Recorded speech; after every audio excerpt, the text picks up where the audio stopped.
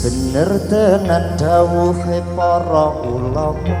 kang kepencut kedudukan pondo donya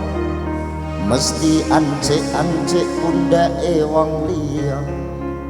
laku zalim serta goroh padha bangsa wis padha lali ora padha rumangsa tumindak dosa iku bakal disiksa siksa dunya ora dadi ngopo siksa akhirat bakal mlebu neraka Allahumma shalli wa sallim ala sayyidina wa maulana Muhammadin adada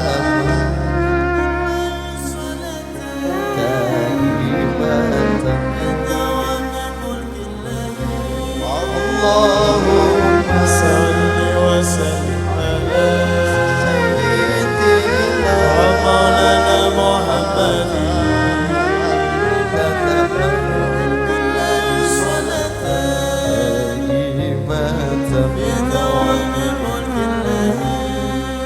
jejegipun negara petang perkara nomor siji nyangge ilmune ulama nomor loro adile pemangku kuasa nomor telu wong kang sugih kersa lunga nomor papat wong kang fakir ahli donga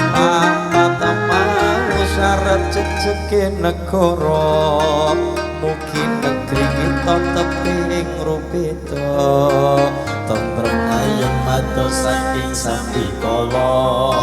Allahumma sholawat sayyidina wa maulana Muhammadin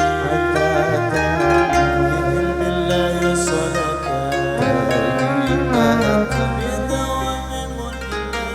Allahumma salli wa sallim ala sayyidina wa maulana Muhammadin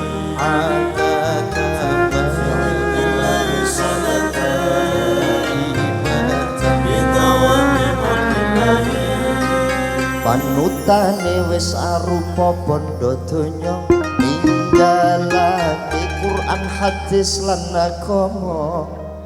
ora nurut pituture wong tua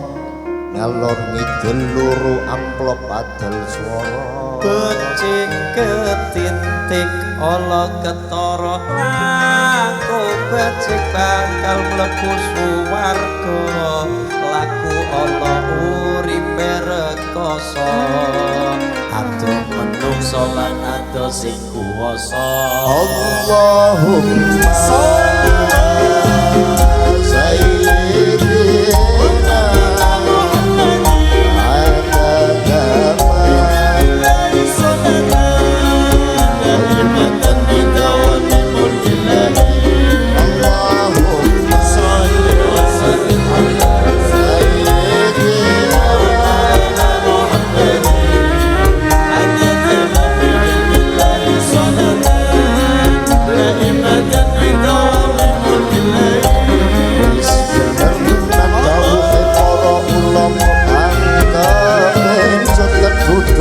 bondo donya mesti ance-ance undake wong liya laku golek surga karo padha bangsa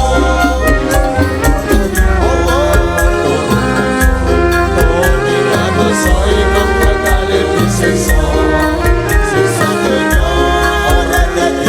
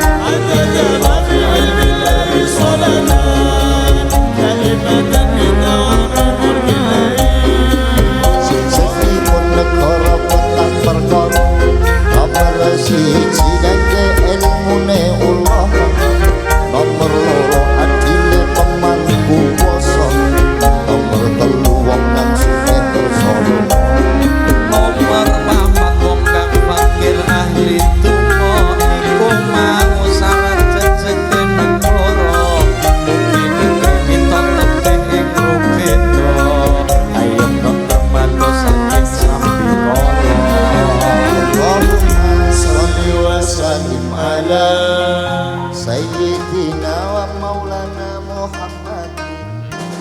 وتقدم في علم الله صلاة دائمة بدوام ملك الله اللهم صل وسلم على سيدنا ومولانا محمد عدد في علم الله صلاة دائمة بدوام ملك الله salat karepmu ora karepmu dikecet malaikat rasa-rasano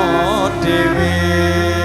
salat karepmu ora dikecet malaikat rasa-rasano dhewe